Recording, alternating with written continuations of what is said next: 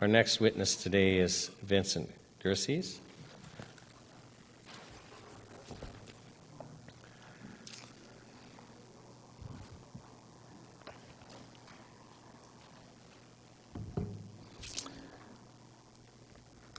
And Vincent, I'd like to start by having you state your full name for the record, spelling your first and last name. Vincent Gerses, Gircys. And Mr. Gerses, do you promise to tell the whole truth, or the truth, the whole truth, and nothing but the truth today? I do. Thank you. Now, could you explain for the commissioners basically the experience you have as a police officer? Certainly. I am a retired member, a former member of the Ontario Provincial Police. I started my career with that organization in 1982, and I served this province in policing for a total of 32 years. I have 32 years of experience in policing, and that's different than some people who have 1 year of experience repeated 32 times. I have submitted my curriculum vitae here. I believe it's with the group, and it's 5 pages long of courses that I've taken over the entirety of my career. I started my career in Toronto, and eventually I became a member of the emergency response team for the OPP, one of many. And at some point, I became involved in forensic investigations and forensic reconstruction. I did that for a number of years. And throughout the course of my career, there were a number of things that I had taken on. I never turned down any opportunities for training, and I received a number of commendations throughout the course of my 32-year career and retired with the Police Exemplary Service Medal for my conduct. I just want to say that there are many men and women in law enforcement, and the men and women of law enforcement are ordinary men and ordinary women, just doing extraordinary things. And I'm extremely proud and happy to know that the men and women that I worked with within the service were what I believe to be the best of the best within policing services. And I've met many, many wonderful police officers over the course of my career that put themselves in harm's way and behaved very courageously. So I'm very proud of the profession, but I see that a number of mistakes have been made over the last 3 years. Tremendous mistakes have been made. So I'm going to start off with a little bit more of an introduction into my background, and then I'm going to tell my story, and then I'm going to get into the mistakes that were made. Thank you. Please proceed. Whereas Canada is founded upon principles that recognize the supremacy of God and the rule of law. This is the first sentence in the Canadian Charter of Rights that was written and established in 1982, the same year that I started my career in policing. I was very familiar with the Canadian Charter of Rights, and I was issued upon my probationary period when I first started with the organization, a Bible. I was issued a King James Bible, and the question needs to be asked, why? Why was I issued a Bible? And that is something that I carried with me during my service, and every time I testified, and I have testified hundreds of times, actually thousands of times, in various courts, I became an expert witness in forensic reconstruction, and every time I testified, I did it by placing my hand on the Bible to swear an oath. I'm very familiar with the police oath that I've taken, and it is the same oath that all police officers in the province of Ontario take.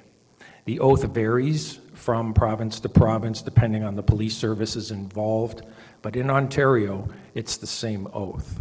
And my oath is to the Constitution in Ontario. I'm very familiar with it, and I would hope that other police officers would be familiar with the oaths that they had taken. It's very important, the first opening sentence of the Canadian Charter of Rights. And I know you mean Section 1 or the part you just read, which is often the part omitted? that I just read, because it is the foundational component. And that foundational component, people need to understand that our Constitution and our Charter is not a federal law. It is not a provincial law. It is national. It is agreed upon by the entire nation of this country, and it is our primary law. It is the most important law of the land. So my story started at the beginning of the pandemic when I was present when a restaurant in Toronto serving brisket barbecue, known as Adamson's Barbecue, had been shuttered and shut down by 200 police officers and a team of horses that have come in to push back people and prevented that restaurant from staying open. I had already been following the science. I am very familiar and done my research regarding mask issues, regarding transmissibility and other issues, and I just could not comprehend what I was seeing with the amount of police deployment at that location. I since became very active in speaking out against these types of measures that were taken against Canadians.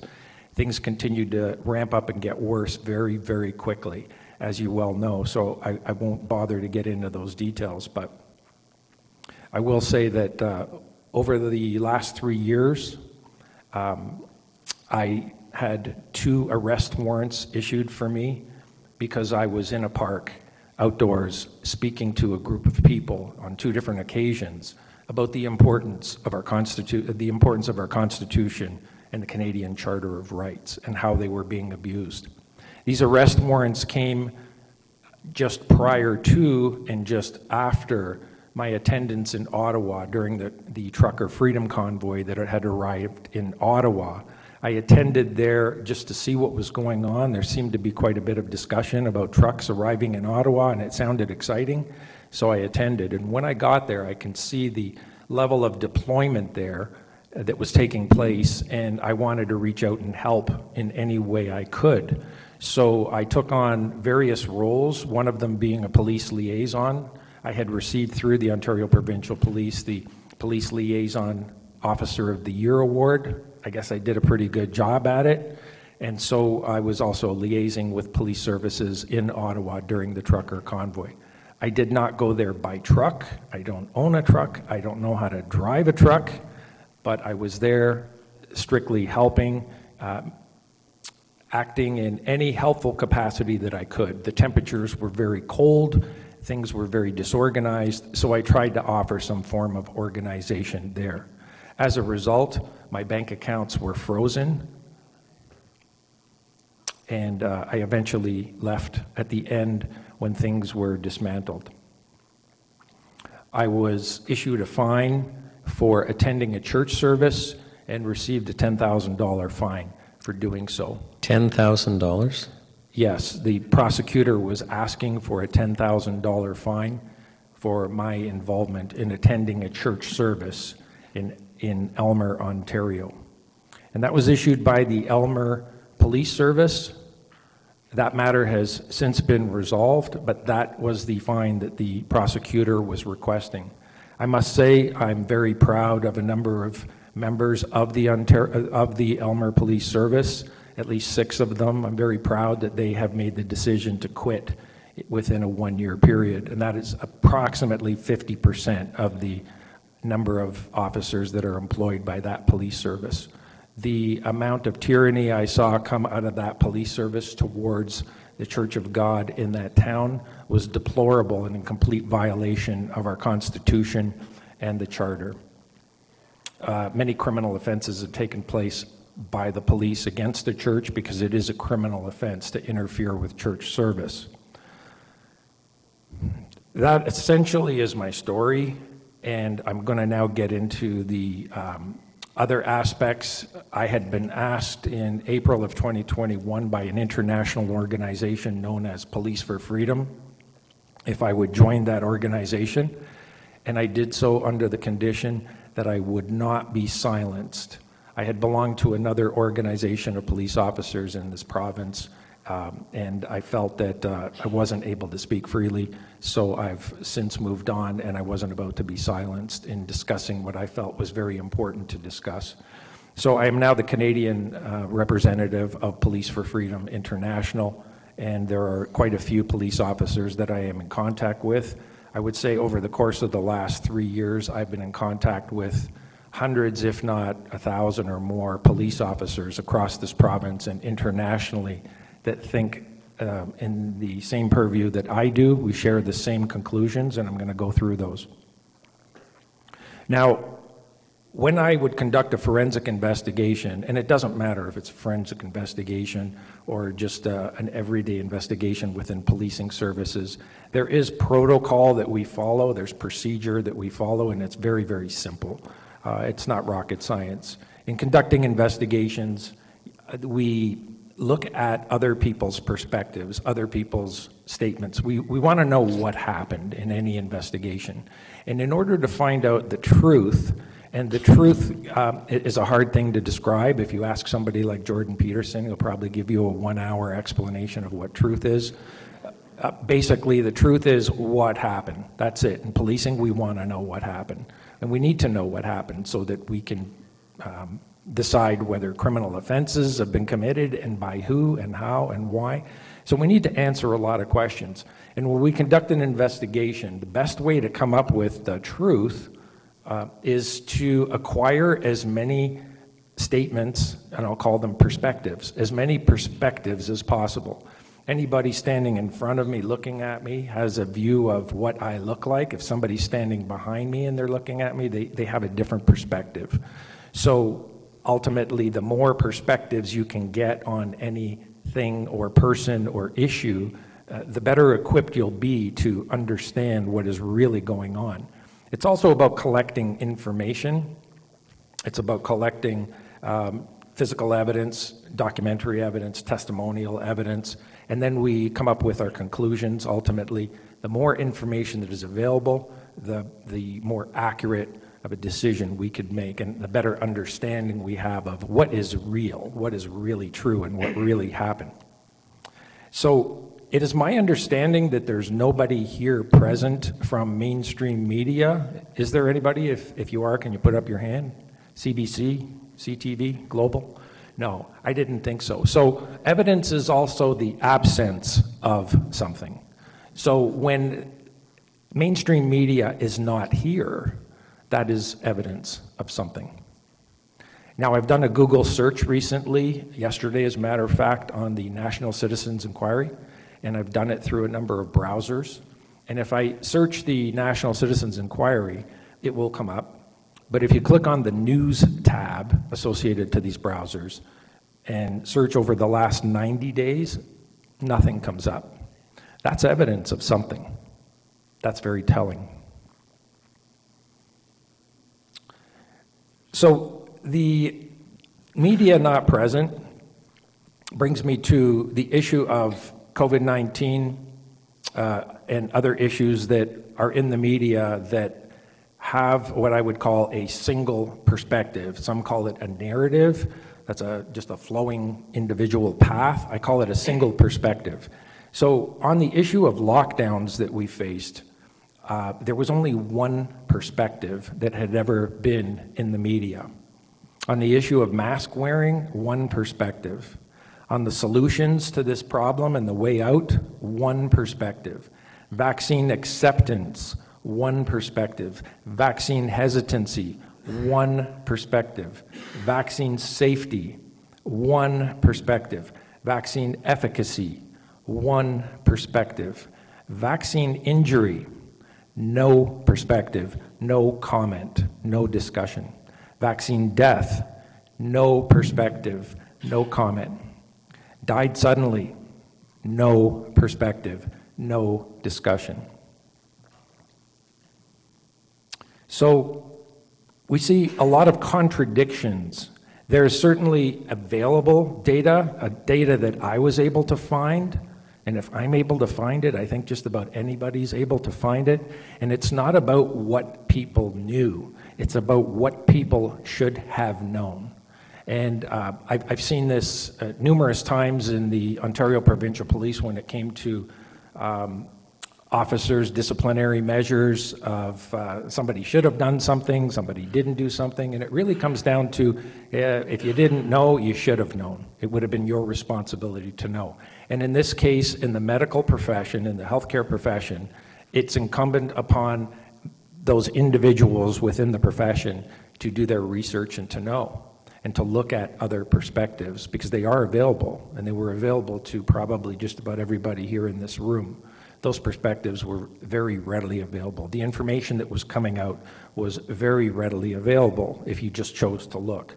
And of course, there's a much higher threshold and level of responsibility that comes with your position within the health services. The term that was used as safe and effective probably should have been used at own risk, would have been more accurate to describe this product that had come out. This product with no known long-term data, not knowing what the content within the product is, yet being pushed as safe and effective. My own personal physician was trying to shove safe and effective down my throat when I spoke with him. Certainly he was not aware of the information that I was aware of, but unfortunately he was not interested in being aware of that information. The one thing that we did agree upon was that our trust in healthcare services in this province was paramount. It was very important that we trust healthcare services, and that there was nothing worse than forcing a jab in someone's arm to lose that trust. So I had mentioned that that I'm a representative of Police for Freedom, which is this international organization and consists of many police officers in Canada as well. I can tell you that we have incredible concern about the unfolding of these incidents. I fully concur with the comments made by Dr. Trozzi in his last testimony that he had just given. We are very much aware of the World Economic Forum, the World Health Organization, the CDC, working in conjunction with many other similar type organizations. And it appears that Publicis and McKinsey are companies that are advertising PR firms and consulting firms that seem to be integrated with those organizations. The Brighton collaboration is often mentioned in healthcare services in Canada as a reference to the Brighton collaboration, but the Brighton group has, I believe, is no longer exists and is now formed and known as the Task Force on Global Health. Task Force on Global Health seems to be working in conjunction with and reporting to and having discussions with CEPI, the Consortium of Epidemic Preparedness Initiative. People listening to this testimony I'm giving might want to look up those organizations and see who they are, see how they are actually comprised of the pharmaceutical industry, the World Bank, the Bill and Melinda Gates Foundation, so on and so forth. Some names that keep coming up. And, you know, there's a very incestuous relationship that ties those organizations to the government of Canada, with certain members specifically that have already been mentioned. The World Economic Forum Canadian leadership members is of concern. We know that Klaus Schwab, the head of the World Economic Forum, had made a comment that we have penetrated over half of the cabinet, and he said that rather casually, and he seemed quite happy about that. The comment had come up once in Parliament, asking the question relative to this connection, and immediately there seemed to be what appeared to be a comment or an excuse to some microphone-related problem. That question has never since come up by any party in Canada.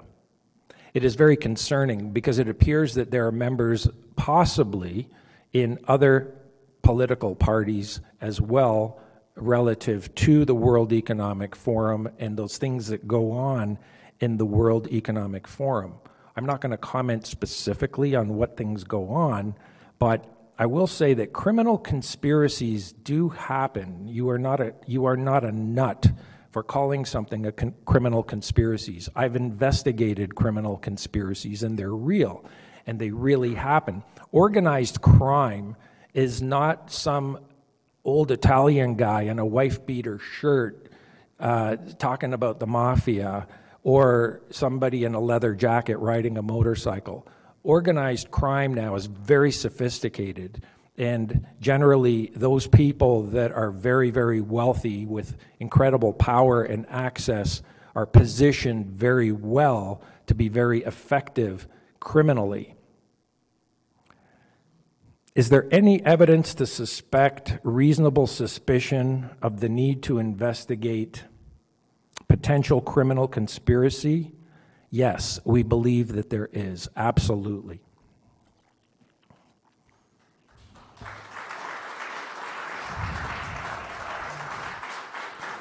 So I'll say that, what gives me grounds to say that? Well, just relative to the vaccination rollout only, I'll say that there was the promotion of safe and effective with no known long-term data. The contents were unknown. There's also injury and mortality rate data that was available early on in this, that either you should have known, you could have known, you should have known, and if you're in the healthcare system, the onus would have been on you. At some point, the death and injury rate became unusually high, and that flag should have been aware, everybody in the healthcare system should have been aware of it, whether they say they were or not. There appears to be cognitive dissonance on that issue. People are sticking their head in the ground like ostriches and not wanting to know. But unfortunately, the data can't be hidden. The truth is there. Then there's the continuous use of the rollout of the vaccine when the available data is still known. Health agencies fail to notify the public. Infant mortality is increasing. Fertility rates are dropping. Menstrual cycles were affected. The media remains silent. And the media and the government relationship appears very suspicious. During the Emergency Measures Act hearing that took place several months ago, the Emergency Measures Act hearing in Ottawa, Superintendent Pat Morris of the Ontario Provincial Police, who is in charge of intelligence for the province of Ontario, made a very, very interesting comment, one that I found resonates well with me, because I had made the same comment as well. He said, I know what the government is saying. I see what the government is saying. Essentially, these were his words, roughly. I know what the government was saying, and I know what the media was saying. But the intel that was coming back to me, this would be coming back to him from various sources on the ground, whether it's people reporting or interacting with other police agencies or whatever his format of intel was. He said, my real intel was inconsistent with what they're saying. So they know what they're seeing, they know what they're hearing by their sources, which is inconsistent with what the media is saying and with what the government's saying. We see that type of inconsistency over and over. So I do have a suit that has been launched with a number of other individuals against the Attorney General of Canada and the Minister of Public Safety regarding my rights violations for having my accounts frozen in Ottawa. And I had indicated in my testimony there as well that when I was in Ottawa, I spent a lot of time walking the perimeter of what was going on and conversing among my colleagues there about what they're seeing and what's happening. And there were no concerns of violence or these types of issues. But in the evening, when I would go back to my hotel room every night and turn on the TV and look at the CBC to see what their reporting was, I indicated that I was seeing an inversion of reality on television. And they didn't seem to understand what I meant by that. And I said, what I'm seeing on television is completely opposite of what I'm actually seeing there. The news is lying. They're being deceptive. So, Vincent, can we get you to describe what you were watching on television and what you were seeing, just so that it's crystal clear for everyone listening to you exactly what you're telling us.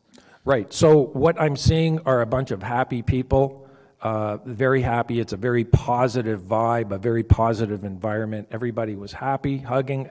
I mean, I've hugged more people than you can hug at a Greek or Italian wedding. There's no doubt about the level of joy that people were displaying and having. I saw no violence, and I saw nothing to be concerned about other than it was just a great time overall. But what I'm hearing on the news, the reporting, was that there were acts of violence that were taking place, there was arson that was taking place, there was assaults and Nazis, that, you know, we were labeled, the people there were being labeled as Nazis and this type of thing. All of that reporting from the CBC was just completely false. It was just completely wrong. And so it didn't surprise me because I was already familiar with that type of reporting from the CBC and our mainstream media. And essentially, you know, I find the media is a propaganda machine. They have been paid very handsomely by a number of organizations, including the Canadian government. They are spewing propaganda, but even worse, they are suppressing information that people should really know. So it's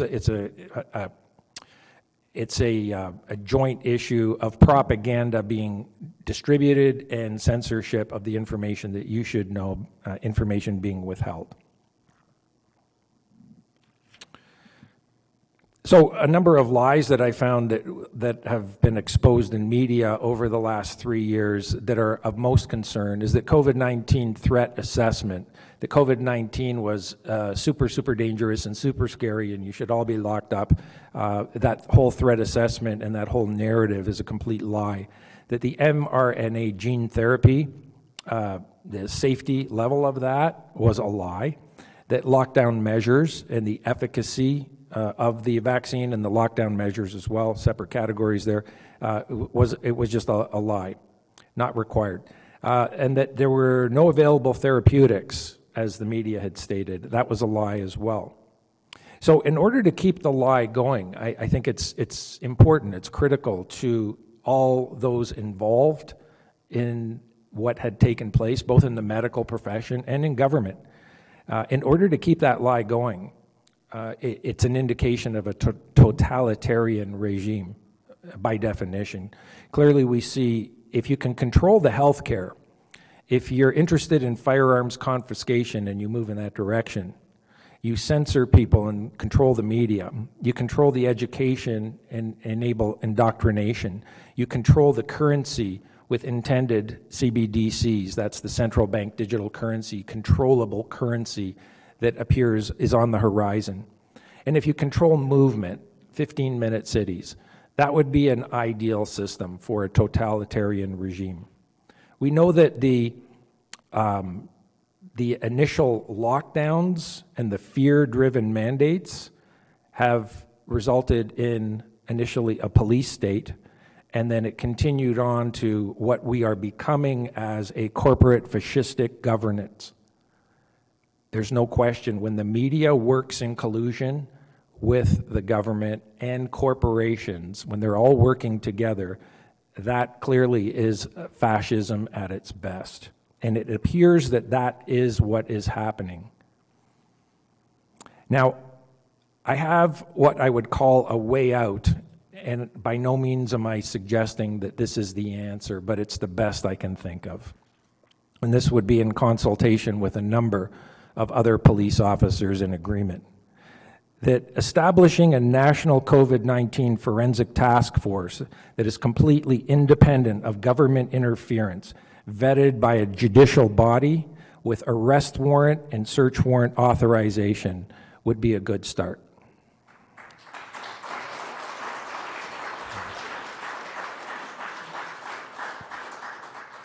And I'll summarize what I find are the failings in the police community. They fail to adhere to established plans. In policing, we have a plan for everything. Our command staff is very well organized, and they plan for all worst-case scenarios. In the OPP, it's a common mantra to say, plan for the worst, hope for the best. We say that all the time, and we believe in that. Plan for the worst, hope for the best. And you can bet that there were pandemic plans in place already. Imagine spending a lot of time, money, and resources on planning for a pandemic, planning when things are calm, when heads are level, when you're not afraid, when you can liaise comfortably with the health agencies. You can liaise with all kinds of other agencies to come up with what you would say is the best plan you can possibly come up with. And then when a pandemic is introduced, let's throw that in the garbage and let's just wing it while we're afraid and while we're scared. Let's just forget about that plan we have. No, we put that plan in place for a reason. It was the best thought out plan, and it was a very rational plan. Now, I'm not familiar with what the plan is, but I do know that there are other people who are going to be testifying here as to the content and detail surrounding that. The police failed to understand information. They accepted a single-sided narrative where additional counter-narrative information was available. How do I know it was available? Because I provided counter-information, and I did so by helping other people across the country that had compiled a number of reports that appeared to be very concise and detailed with information. A number of people across this country were distributing hundreds, if not thousands, of copies of actual information to police agencies, to health agencies, to government agencies, and they were documenting their service upon those agencies. And the police agencies failed to respond. They failed to understand their oath. They failed to understand Section 52 of the Constitution and the ramifications. Section 52.1 of the Constitution essentially says any law that is created that is inconsistent with the Constitution, which includes the Charter, has no authority whatsoever. Vincent, if I can help you out with that, I think probably the exact quote is Section 52, Sub 1. The Constitution of Canada is the supreme law of Canada, and any law that is inconsistent with the Constitution is, to the extent of the inconsistency, of no force or effect. Correct. The police service, essentially over this 3-year period, became the Praetorian Guard, following political pressure and interference. Let me make it very clear that our system, in the way it's supposed to work, I will try to describe it for you. If you can imagine a horizontal line, a membrane, if you will, and on the top of that membrane, up above, is politics, the political sphere within this country. And below this membrane is civil service. And there is a membrane that separates the two.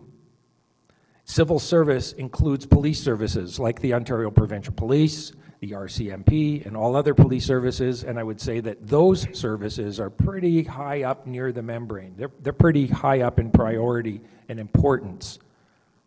And it's important that that membrane stay in existence because we can't mix politics with policing agencies. We need to have independence of the two so that we don't have corruption.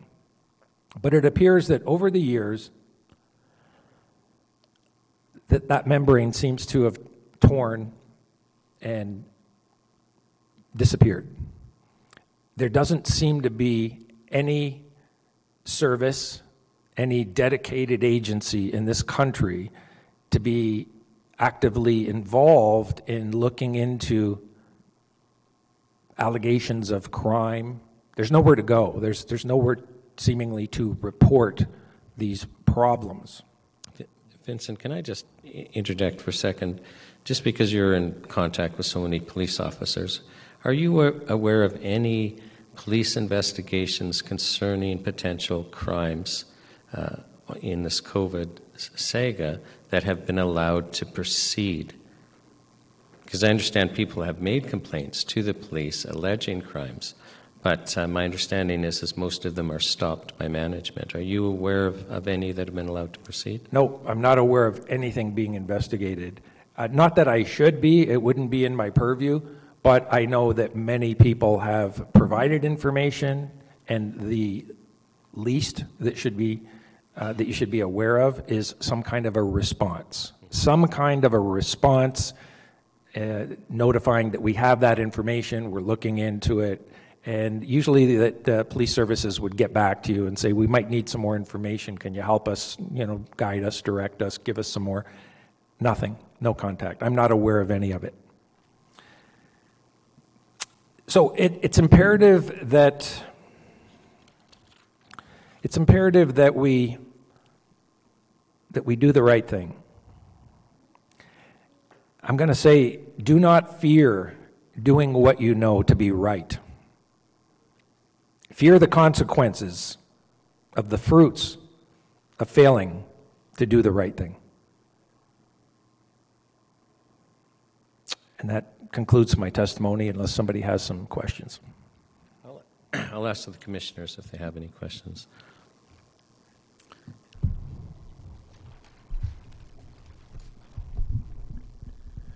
Good afternoon, Mr. Gersey. Thank you for your service to our country and for coming here and testifying today.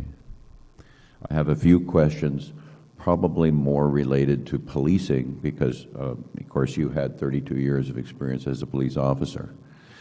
Yesterday, I believe it was yesterday, we had Mr. Tom Marazzo here testifying with regard to the truckers' convoy. And he described and showed video of an incident in front of the War Memorial where police officers pulled aside an injured veteran, took him to the ground, kicked him multiple times. He showed the video, it's in evidence here. And one of the questions I asked Mr. Marazzo was there any security camera footage? Because the only footage that we saw was from participants, amateur people with phones filming it.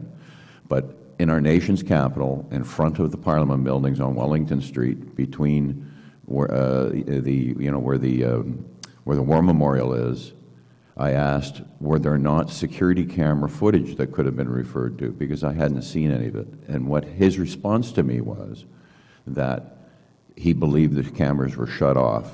Do you have any information about that security camera footage? No, I do not. And, when it comes to security cameras, I have a rather sensitive spot to that, understanding the level of surveillance mechanisms that we already have in place in this country. And I certainly wouldn't be asking for more surveillance equipment. To answer your question, I'm not familiar with that. And to the point on that, we have seen a lot of police violence and brutality in the final phases when police moved in very heavy-handed in Ottawa. And there's no doubt in my mind that the tactical officers, the emergency response team officers that were responding were not only ill-informed, they were provided, I believe they were provided false and misleading intelligence. And I say that because I watch the behavior of those officers. And, police officers are not generally stupid people, and I'm not suggesting they're stupid, but they're put into a situation where they believe they can be harmed. They believe they need their weapons out. They believe that there is a serious threat against them. And I have to ask, where did they get that information? Because all of the intel that I was aware of, and I got to know, I can't say I knew everybody in Ottawa. There were hundreds of thousands of people there. But all of my observations continuously being inconsistent with what the media was saying. The media operating in collusion with our government, there's no question that there was false or misleading intelligence that was provided to those officers that were shutting things down at the end. And that's also consistent with the evidence of the commissioner of the OPP and the superintendent, Pat Morris. Those two individuals from the OPP giving testimony seemed inconsistent, because the commissioner is saying he believed, and I'm not going to repeat his exact words, but essentially he believed that there was perceived violence, and the superintendent of intelligence is saying he had no concerns. So where did the concerns come from? And I don't believe we've ever gotten an explanation. The closest I came to getting an explanation was, I believe that during a debrief, one of the Ottawa police officers had said at some point during a debrief, shortly after things had shut down, that information came from something he saw on the CBC. Well, that's an interesting response because unlike the horses that were used in Ottawa, which have blinders on so they can't see where the police officer is directing them, the police didn't have blinders on. And I refer you to your earlier testimony where you said that you saw with your own eyes by walking through the crowd that it was peaceful, that there was, I think you said there was more hugs than an Italian wedding, and I've been to a few of those. How is it that you were able to visualize and see the reality on the ground, and these officers, despite being briefed, but being present and having their own eyes open, could not see what you saw? Well, the best explanation I have for that is that I was walking those grounds for over 3 weeks. I was there for quite a long time, and the atmosphere and the mood had never changed until the end when the police came in to shut things down. Then I did see violence, and the violence came on the part of the police officers. And it is possible, and it is a realistic possibility that, because of the uniform difference, it appears that the frontline officers that were working at the function on a regular basis were pulled offline at those last 2 or 3 days, and that a whole new contingent of officers coming from other parts of the country in the province were brought in, kept to the rear, and then marched out. And they never had the opportunity to see what was going on at the event, but they were primed with various forms of intel that gave them the mindset that we're dealing with a lot of very crazy, violent people. And, I don't know what intel they were provided with, but they were certainly provided with some intel, I believe, that would have given them the mindset that they were dealing with a dangerous issue. So you're suggesting that they were just following orders? Yes, that's right. Absolutely. And I need to finish with one final point, that these police officers, I've said at the beginning, they are ordinary men. They are ordinary men.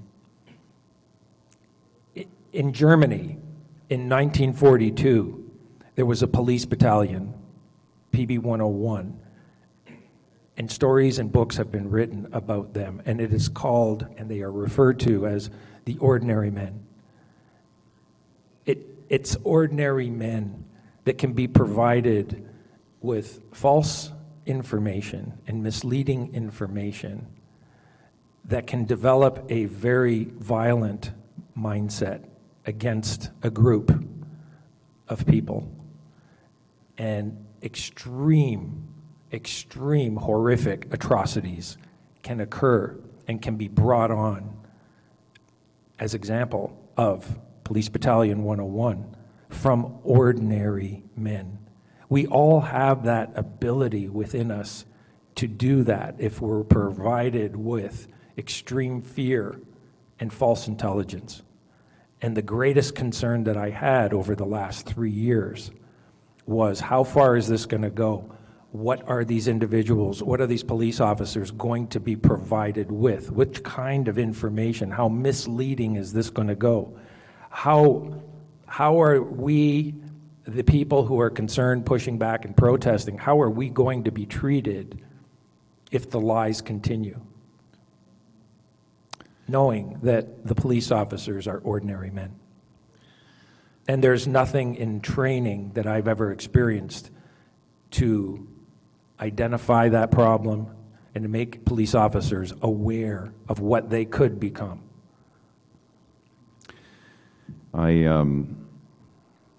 I'd like to know what is required in normal times for a police, for the police to initiate an investigation, a criminal investigation.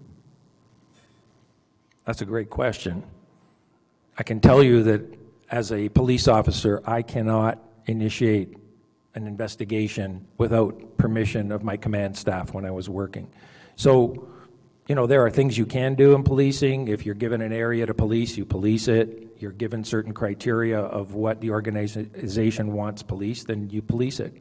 But for the most part, when it comes into something more extensive, you do need authorization from your organization, from your command staff.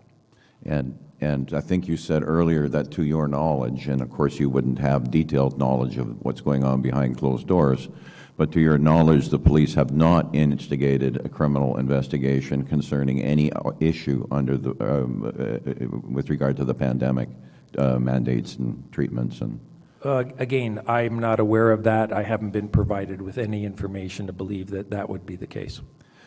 Just one question. Another question is, you talked about the WEF.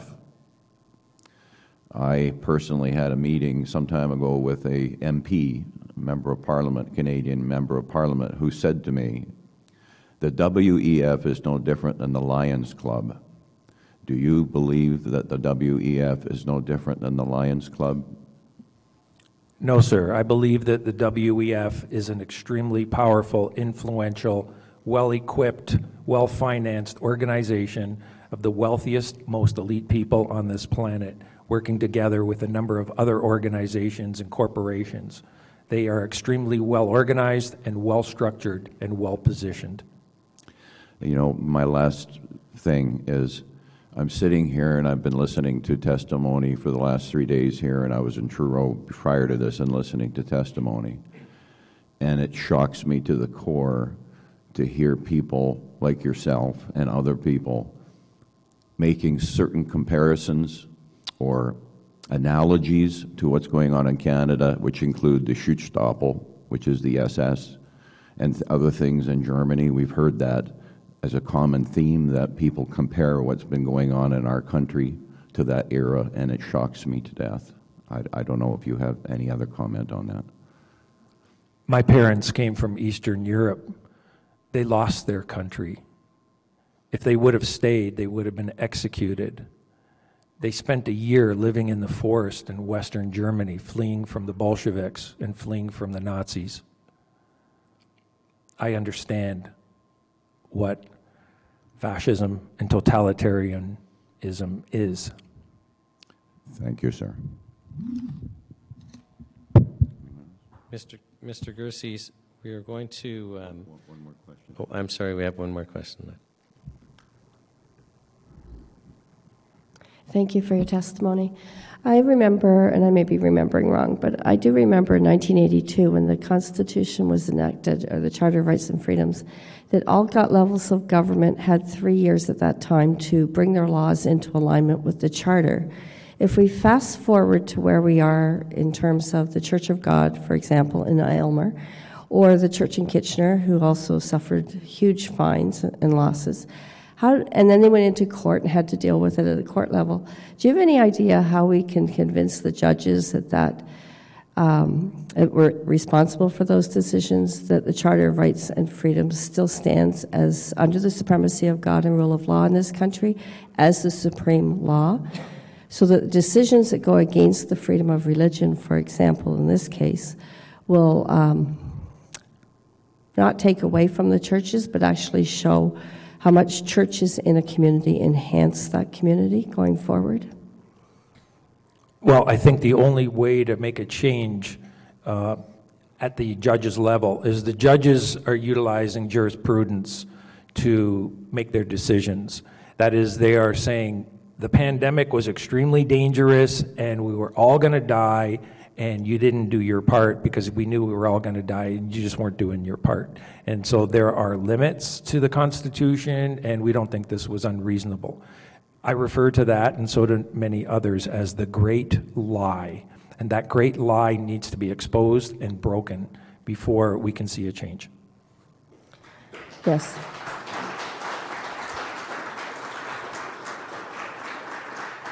I guess the irony in that mindset of the judges is that we're still all here and we're still all alive. Thank you. So, Mr. Gersey, we will enter your CV as an exhibit with your permission. Yes. Thank you. And on behalf of the National Citizens Inquiry, we sincerely thank you for your testimony today. Thank you.